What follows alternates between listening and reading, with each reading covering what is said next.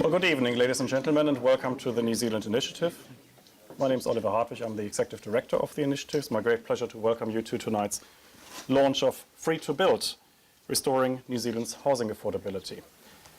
This is our third report in a series of publications on housing policy. It follows previous reports on the domestic housing policy experience of New Zealand over the last 30-40 years.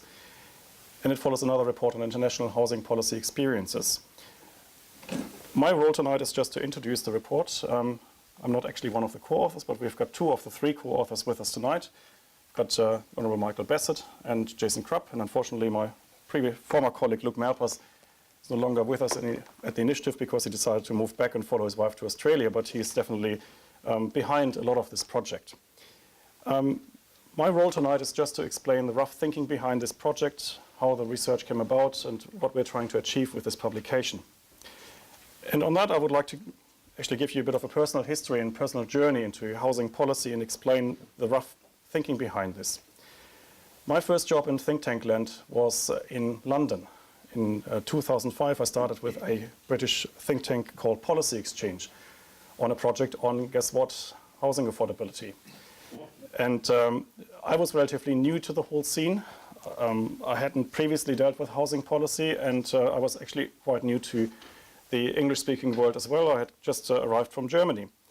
And this project was relatively obscure to me in the beginning because some of the issues at the time I couldn't quite understand. Because I came from Germany, and Germany is a very boring country, at least as far as the housing market is concerned, because house prices never change. In fact, in Germany, you can still buy a price for about the same money in real terms, well, actually slightly below that level, that you would have paid in 1970. And that's quite astonishing. And astonishing from an English perspective, from a New Zealand perspective, from an Irish perspective, from an Australian perspective. Because we know that in the English-speaking world, the experience has been quite different. So I started working on this project, and I was hired as an economist. And I was hired with the expectation that as an economist, what I would recommend is just deregulate the market. So basically the standard response you often get from economists, no matter what the problem. And I have a lot of sympathies with that answer as a free market leaning economist, but I thought after a while that that cannot quite be the answer to housing market, the housing market and housing affordability. And that was based on another observation from Germany. So I knew that Germany never experienced any of these housing market swings. They really didn't know house price inflation in Germany because it's a market of stability. But I can tell you one thing, Germany is not an easy country. It is quite a complicated country, it is quite a regulated country, it is quite a planned country. So you've got planning laws, you've got building codes, building regulations. In fact, I would argue you probably have more of that than in the English-speaking world, simply because Germany is also a federal country, a three-tiered system of government. You've got some national building guidelines, you have state development plans. Below that, you've got regional plans, local plans. Actually, in Germany, you've got two tiers of local planning to make it even more interesting. So really, Germany is by no means a straightforward country when it comes to the housing market. And yet, their houses are way cheaper than in the English-speaking world, which puzzled us initially in London. And we started a project on planning reform, and this project quickly became a project on something else because we thought, well, maybe planning is not the real issue. So the project we did back then quickly became a project comparing international experiences in the housing market, and we quickly came to realize that what this project is really about are different ways of funding infrastructure, different ways of funding local government. So we produced another trilogy of reports back then in 2005 and 2006, and some of our recommendations we produced back then informed policy making and are currently being implemented by the UK coalition government. So that's my personal history. That's how I became involved in housing policy. And if you're interested in any of these publications, you can find them all on the Policy Exchange website and actually on my own website as well. The issue of house prices really continued to interest me from a purely personal level because living in London was very expensive. And I moved to Sydney, which was perhaps even more expensive. So from a very personal perspective, I continued following the ups and downs in the respective housing markets, and I still thought that some of the lessons that we learned when we did our initial research should be understood better. And I tried to influence policy making in Australia. I tried to put together a few recommendations and proposals in Australia as well. And then I got this job here. And when I first met with the board of the New Zealand initiative, I was informed that the members just had a meeting and decided on the work program for this new think tank. The initiative was only set up about 1.5 years ago. And the members agreed that among the big policy issues that should be tackled in New Zealand was housing affordability. So it wasn't even my idea. And I basically said, well, that's brilliant, because guess what? I've got a few publications and I've got a few ideas. So maybe, just maybe, the issues that you're experiencing in New Zealand are not that unique, because a lot of what you're telling me about your housing market and your affordability issues sound remarkably familiar to me. So that was when the basic idea was born to start a project on house price affordability, on planning, on local government finance. And I thought some of the basic ideas that we had probably apply here, but of course every housing market is different. There are always some peculiarities in the market, so I needed an expert who really understands the issue, who really understands the culture of planning, the culture of local government. And this is how I met Michael Bassett, of course, with a decades-long experience in local government. He was the go-to person, really, to talk about local government and local government finance.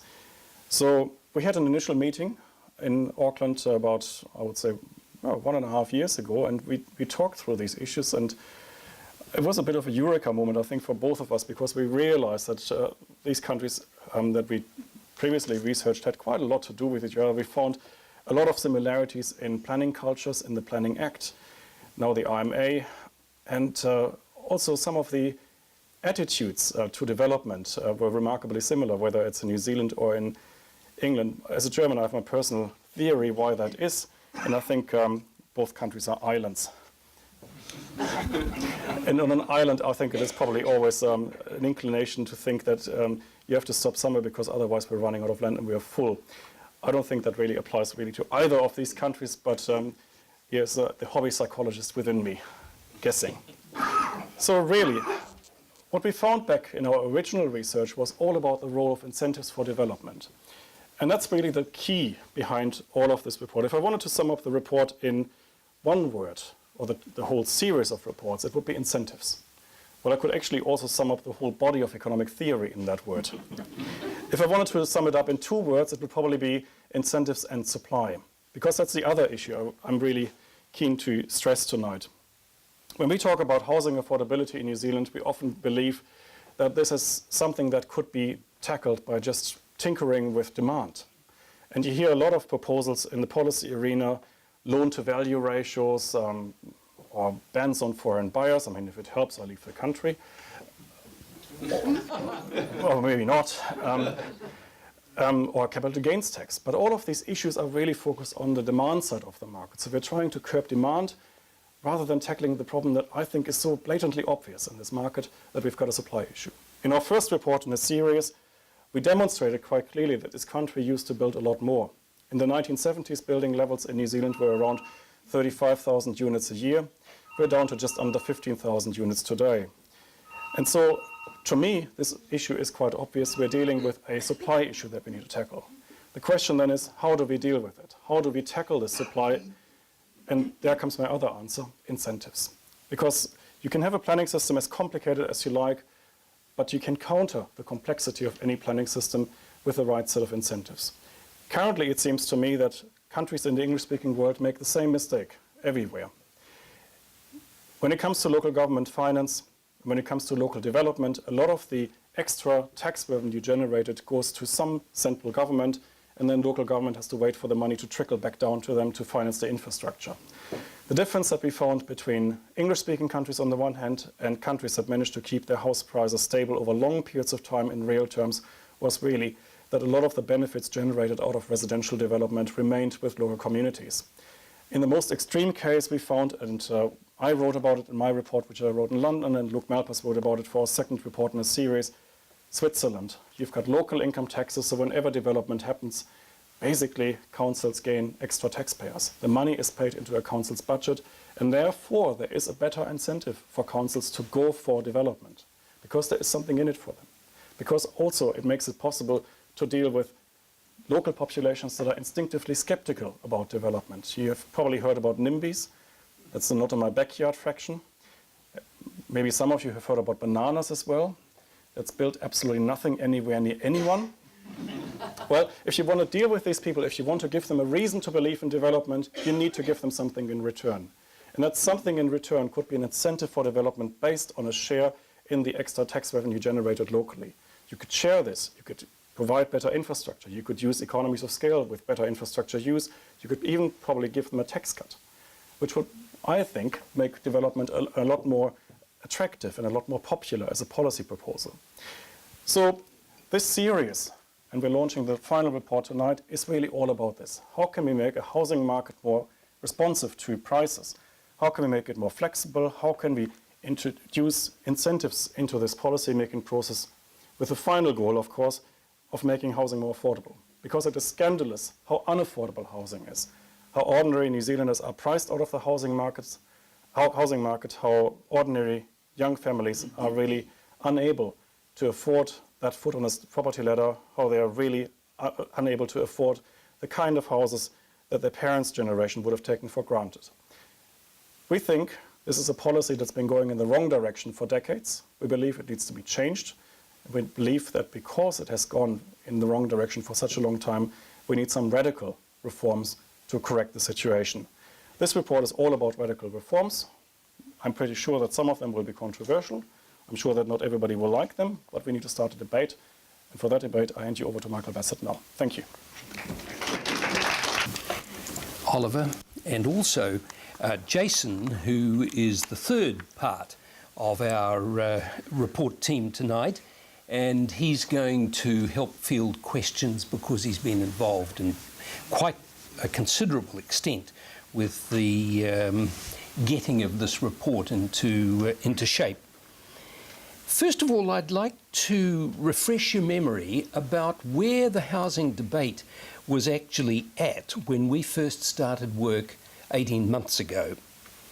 In the middle of 2012, a series of weak ministers who didn't seem to understand what caused the unaffordability problem had held office over quite a number of years. In fact, the problem was a shortage of housing stock. House completions needed to be around 40,000 per annum, but they'd been averaging considerably less than half that for many years. Across the aisle, the opposition had what I like to think of or would describe as a series of witch doctors. One wanted to impose a capital gains tax while retaining metropolitan urban limits, and the capital gains tax would be exempt from the family home. Another one thought that foreigners should be stopped from bidding at house auctions. Yet another wanted interference with the Reserve Bank over their new loan-to-value ratios. Dampening demand, not increasing supply, was their solution, until all of a sudden they discovered that some young voters in their 20s might be adversely affected by LVRs, the loan-to-value ratios, at which point the opposition suddenly got galvanised into action and wanted to upend the cash register over them all.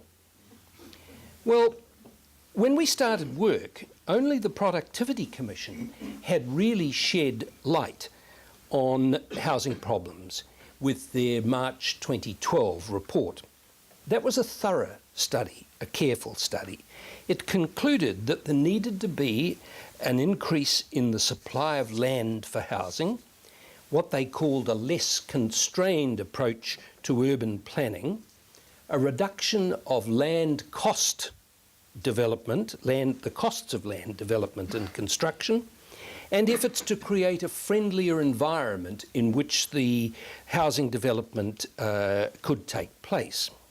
We tried to deal with those issues in this third report. In early 2013, by which time we were well underway, a new minister had been appointed. He responded positively to both the Productivity Commission's report and to several statements of ours pointing out that the principal problem affecting house prices has been and remains one of supply, or more particularly, lack of it, over a 30-year period. When preparing our first report, which we launched here in June this year, we decided to look at the history of housing in order to work out what had driven the earlier era, which my generation recalls, of affordable housing, and why deterioration had actually set in the 1970s. We discovered without much effort that high demand and easy mortgage money provided largely by the state, coupled up with capitalisation of the family benefit, tied to the construction of new homes rather than existing homes, incentivised the construction industry for many years. And easy planning rules too applied in those days and were a big help. A steady supply of new constructed houses for first home buyers ensured that prices at higher levels in the housing market actually stayed reasonably steady until inflation really burst upon us in the early 70s and then through the 1970s. There was a change in policy in 1979, capitalisation of the family benefit, which had been so important for a long time, could now be used to buy existing houses. And interestingly, that knocked the prop out from under the first home construction industry, and it went into fairly steep decline, and it's never really fully recovered as a result of that move. Other things slowed the rate of new building: changes to the Town and Country Planning Act in 1977, the Resource Management Act of 1981, and so on. What happened with the 1977 legislation was that regional authorities could construct what came to be known as MULs, Metropolitan Urban Limits. And what they did was provide a bonanza for anybody who was actually lucky enough to own land inside the MUL, but made it extremely difficult for anybody who wanted to build or buy a bit of land outside the MUL. There were expensive planning and legal impediments, and it just became very difficult to expand the housing stock. Demographic changes from the 70s also made a big difference to the housing situation. The DPB is introduced from 1974. Divorce becomes easier. Marriages broke up at a faster rate. There was accelerated demand for middle and low income houses, as just at the point where the total number being constructed was declining. For a crucial decade, mortgage money was hard to come by until the reserve asset ratio system was removed. So you had the state disappearing out of the mortgage market and the private sector unable really to satisfy demand. Net effect, the number of houses being constructed fell. And that was what our little historical discovery showed us. All of these factors conspired to see house completion rates drop from an all-time high of nearly 35,000 in 1975 to 14,000 by 2012, by which time, of course, the population was a hell of a lot bigger than it had been in 1975.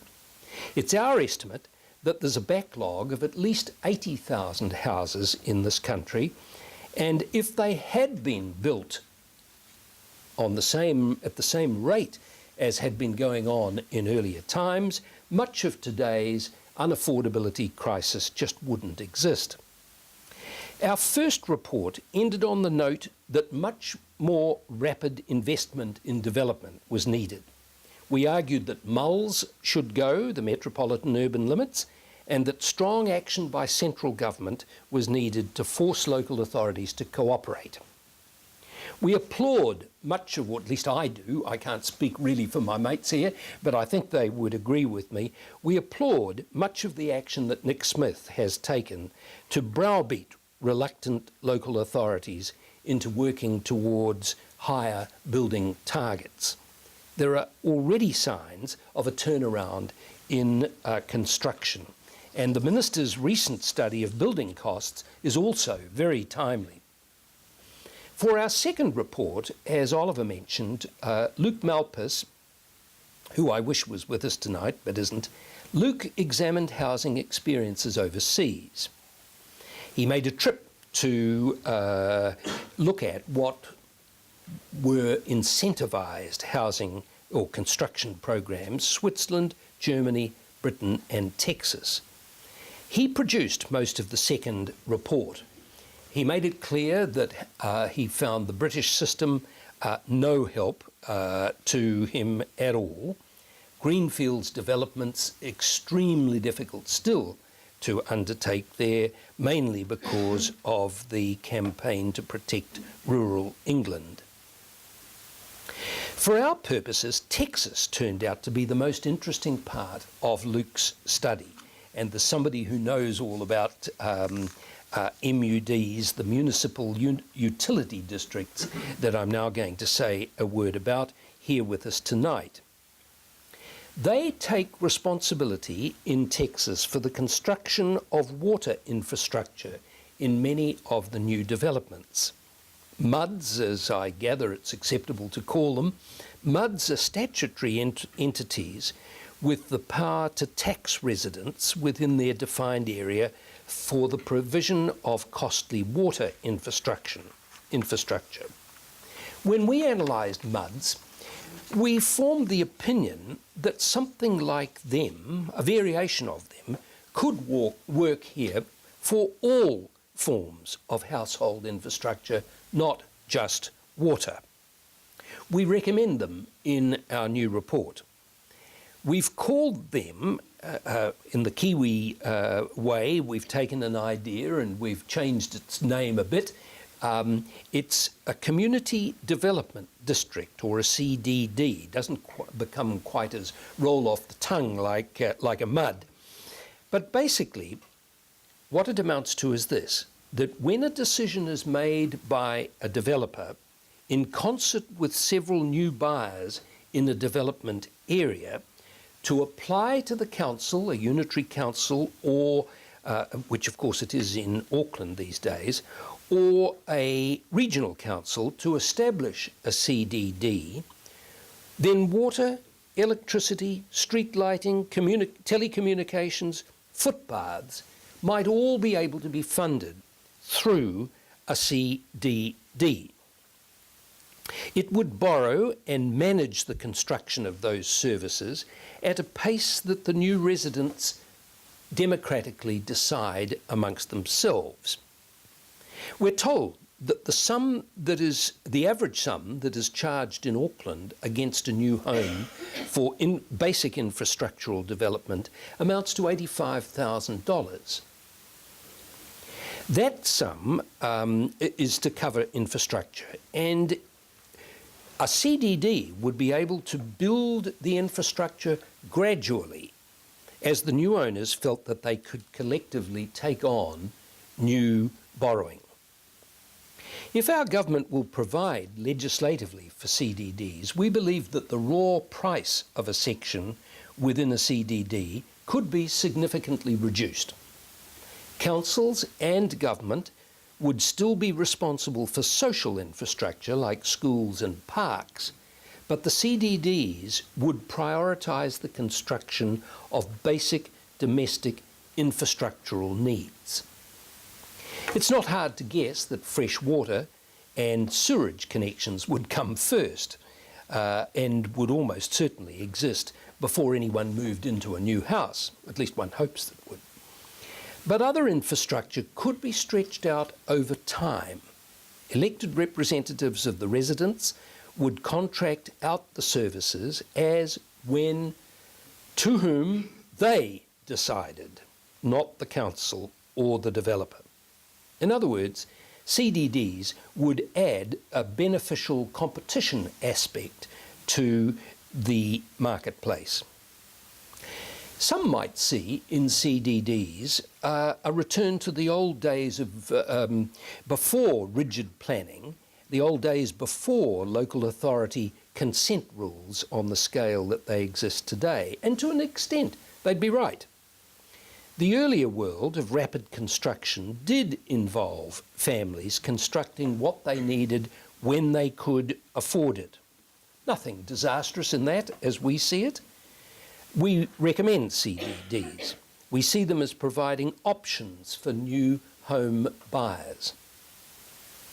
While we deal with infrastructural costs, we also talk specifically in the report about water.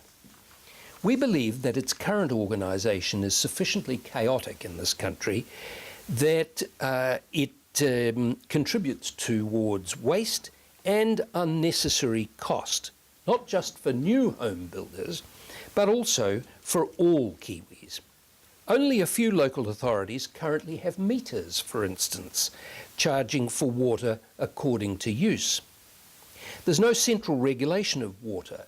The Shipley government was the last one that came right up to the barrier and suggested that, in fact, it prepared some legislation and then was defeated before anything was done. So economies of scale with water are impossible really to achieve under the current regime. The basis on which charges are levied is opaque in the extreme. We recommend that central government rationalise drinking and wastewater infrastructure into 5 regionally owned water providers, 3 in the North Island, 2 in the South. We envisage the regional water companies being owned by groups of councils and being in effect what in Auckland we call council control organisations.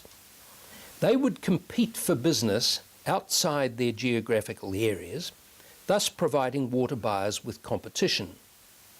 Auckland's Metro Water, which currently enjoys monopoly status, would face some competition for a change. The benefit to the new home buyer might not be immediate, although all service providers would become more price sensitive, we suspect.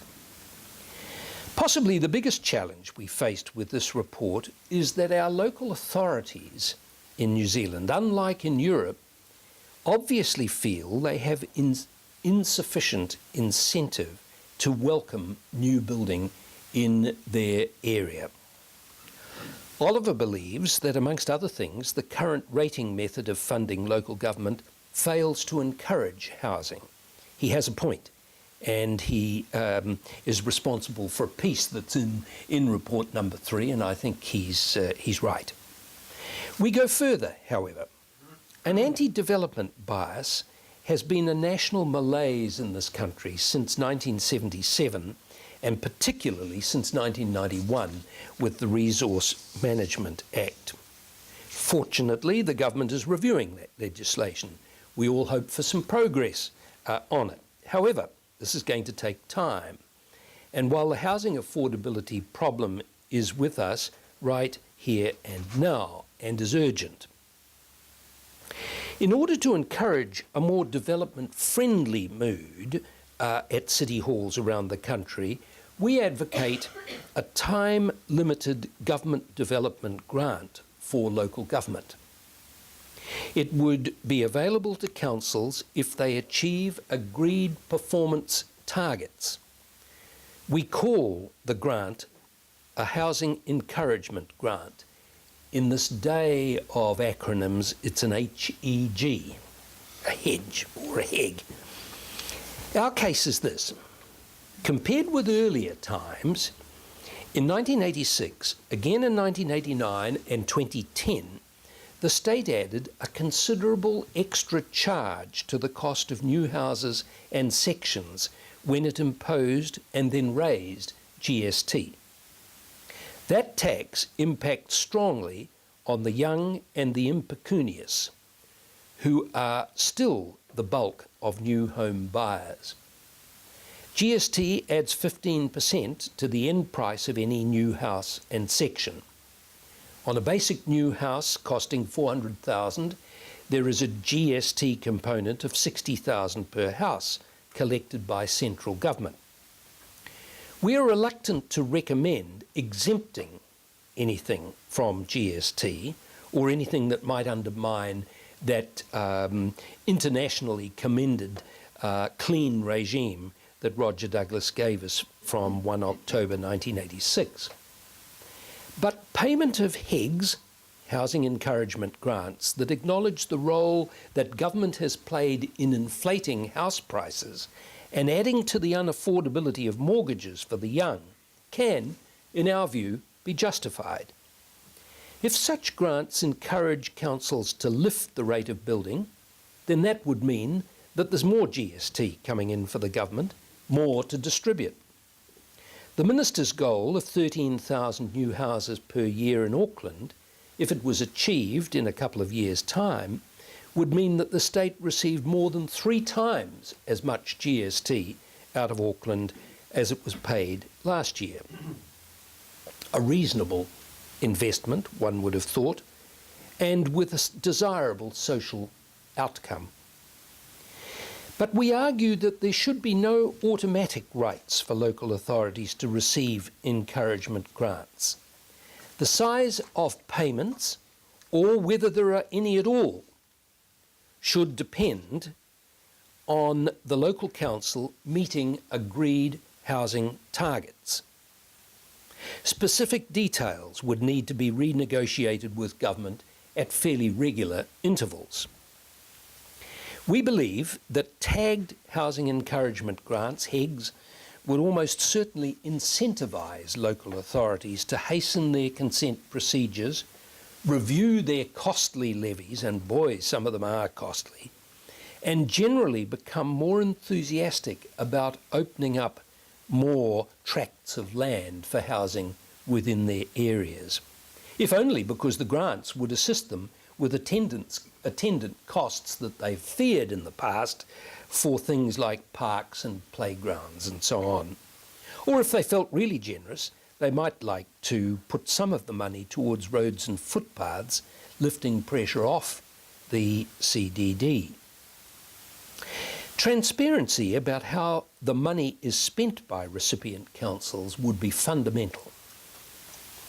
We hope that these ideas are seen as useful suggestions in what has become a vociferous public debate about housing unaffordability. Our recommendations look at some of the excessive costs piled onto